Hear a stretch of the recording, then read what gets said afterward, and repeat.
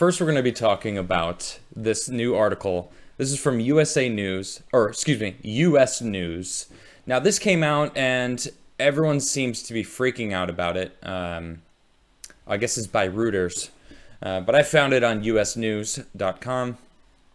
And I mean, I was looking at this and I'm not surprised. I think this is absolutely ridiculous. This whole January 6th commission, January 6th lies. I mean, it really, let me start. I was there, okay? I happened to be there that day. I was listening to Trump speak. I mean, I lived in Maryland at the time. I was within an hour of the city. Like, how would I not show up and listen to Trump's speech? It would have been the last time he ever spoke, so I had to go. And, this kind of thing, when this came out, I just knew. I mean, it's not a surprise. This is something I already knew.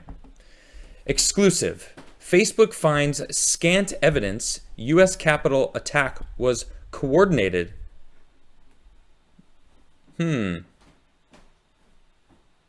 Scant evidence, huh? Oh, you guys can't see my face. I got to realize, because I'm giving looks to the camera, and then that's the blank space. But you guys can't see me, so all right, I gotta remember that. The FBI has found scant evidence that the January 6th attack. See already, attack. The attack. Not once did they call the riots, the burning of America for a year straight an attack. They were marching for racial justice. They were peacefully protesting while burning down the country. What about when Antifa was trying to light the courthouse on fire for months and months and months? That wasn't considered an attack, but this is an attack. See, right off the bat, I'm triggered, right? I'm like, dude, you guys are wrong. It wasn't an attack. I was there. I watched it. They weren't attacking. They were being led through.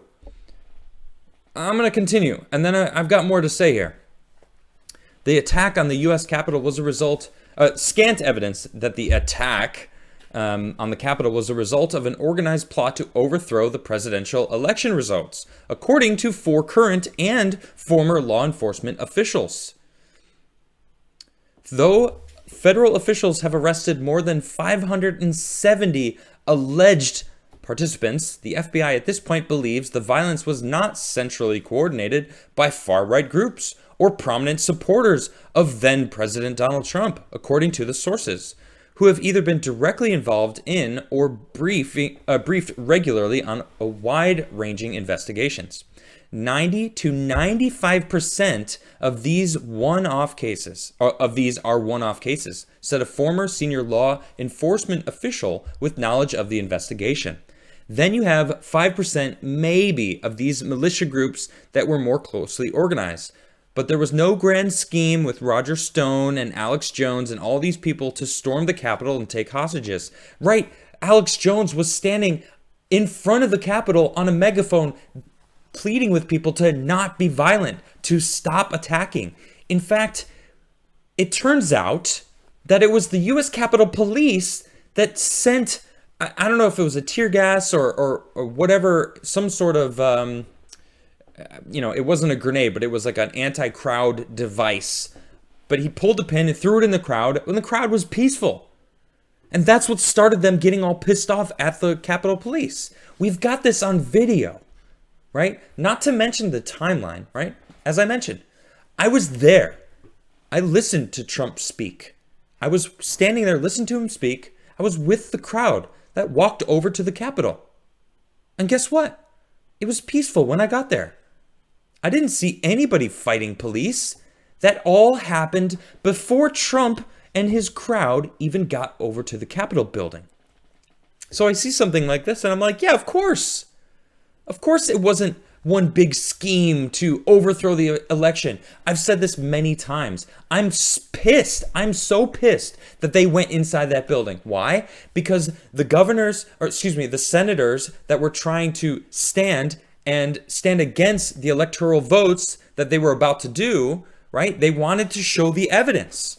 And guess what? Because of this, the people going inside, they stopped looking at the evidence. They didn't show the evidence on the screen for the public world to see, both sides, to actually see what evidence that they were going to bring forward to make it so that they would throw out the electoral votes.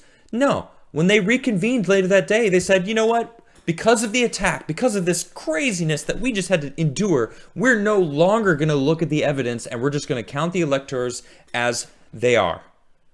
That's what pissed me off, because I wanted the world to see all the different discrepancies that I had seen, that I had been reporting on for a month, 2 months, because it was nonstop. In fact, it's still happening. And I'm going to talk about it later because it's going on right now with Larry Elder. This is absolutely bonkers. Yes, they were standing in front of the Capitol building. No, I'm not going to show all 44 images, but I'll show you this one. That's my picture. I took this picture. Yeah, I was there. I was standing in that crowd. These people were all standing there. They weren't attacking. They weren't rushing. They weren't barging down the gates. All of that was before all of this crowd got to the Capitol, when the optics were controllable. I've seen so many videos of Trump supporters trying to stop supposed Trump supporters from fighting. They were taking weapons away from people. They were stopping people from using those weapons. I've seen the videos. They've been circulating. Not by mainstream media, of course, but in the back channels on the internet where people actually share stuff because it disproves the narrative. No wonder it's not floating around on mainstream media, because they don't want people to know that it really was actually peaceful. And it wasn't an insurrection. They just proved it. It was a bunch of one-offs, like a bunch of random people that ended up in the Capitol. 95%? That's like 500 people of the 550. Maybe a little more. That's insane. So they're holding all these people that weren't insurrectionists against their will without any sort of lawyer presence.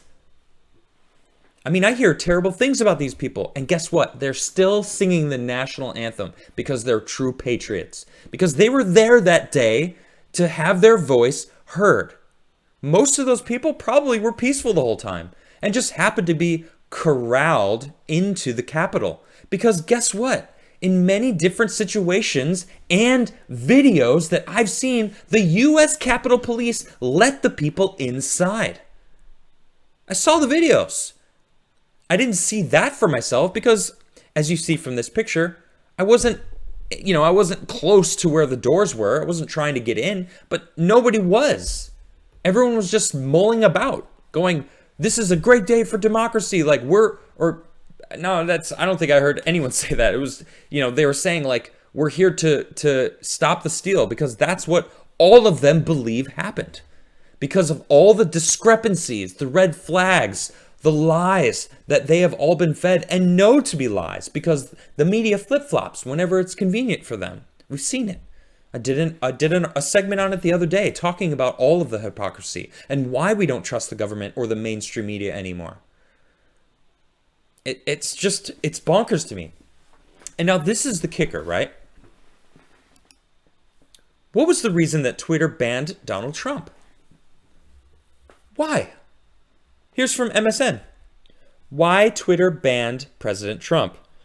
Twitter permanently banned the US president. This is obviously a little outdated, taking a drastic step to limit Trump's ability to communicate with his followers. That decision made in light of his encouragement for Wednesday's violent invasion of the US Capitol. They have now disproven that he had anything to do with it. In fact, guess what? As I said, I was there. I listened to him speak. He said, we're going to peacefully go to the Capitol and let our voices heard. Peacefully. How is that inciting violence, Twitter? He said, we're going to go peacefully protest in front of the Capitol building and let our voices be heard patriotically. That's what he said. So why is he banned? Why did you Ban and when are you reinstating him, Twitter? Because it turns out he didn't incite any violence. He didn't. Nor did he cause an insurrection. Because, newsflash, and all you Biden voters out there that are like, yeah, but Trump, but guess what? There was no insurrection. This whole January 6th commission BS is exactly that, BS. There was no insurrection. You want to see what an insurrection looks like? Look at the Taliban. They're standing in the president's office, fully kitted out with brand new guns paid by us, the U.S. taxpayer. And Biden's trying to take away your guns. This is ridiculous. Case in point, the Taliban can stay on Twitter as long as they don't get too violent. What? What is this? Too violent? If they don't get too violent, they shot a woman dead this week because she wasn't wearing a burqa. And they're allowed on Twitter. Oh, because they're not inciting violence? That's their entire ideology. Twitter, hello.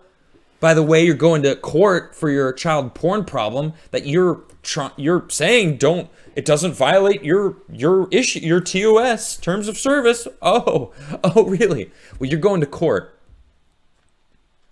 You banned a sitting president for lies.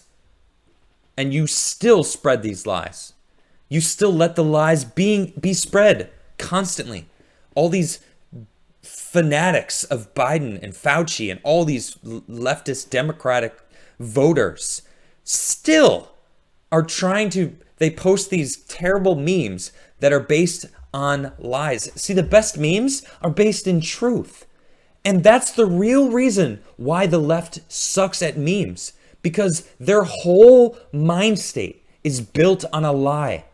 None of it's true. All of it is based on the mainstream narrative that they are force-fed and blindly believe. It's insane. That's the state of the world right now, where Twitter can ban a sitting president, and they will not ban proven child pornography.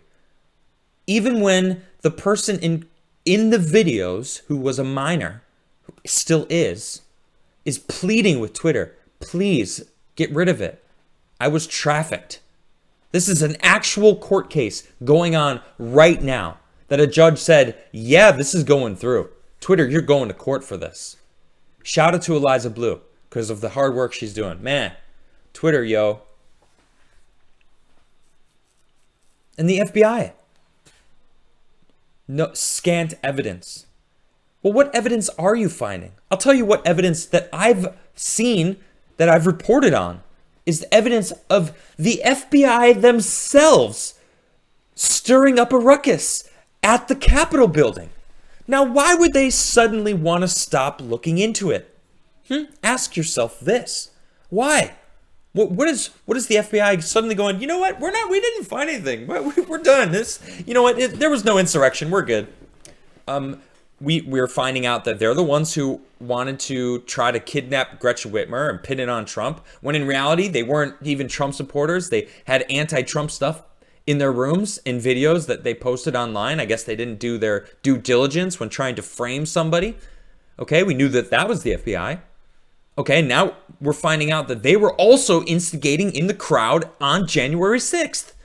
But now they're finding out there's scant evidence of this being, corroborated again, with some militant groups. I mean, there was a couple of them there, but I mean, stop looking into this. We're good. Yeah. I think we need to look into it more. Maybe we do need a January 6th commission, but not for the reasons that the Democrats want, right? I think we do need to see all of the footage that they're withholding so that the public can know what really went down. I know, I was there. I stood in that crowd, and they were peaceful. Nobody was, seething with red eyes trying to burn the place down. Whatever you think AOC convinces her followers that she was going through is lies. Lies. She wasn't even in the building. That's another subject. I think we need to look into it. I think we need to look into it more. Especially because they're going, no, you don't need to look into this. Voter fraud. It's happening again.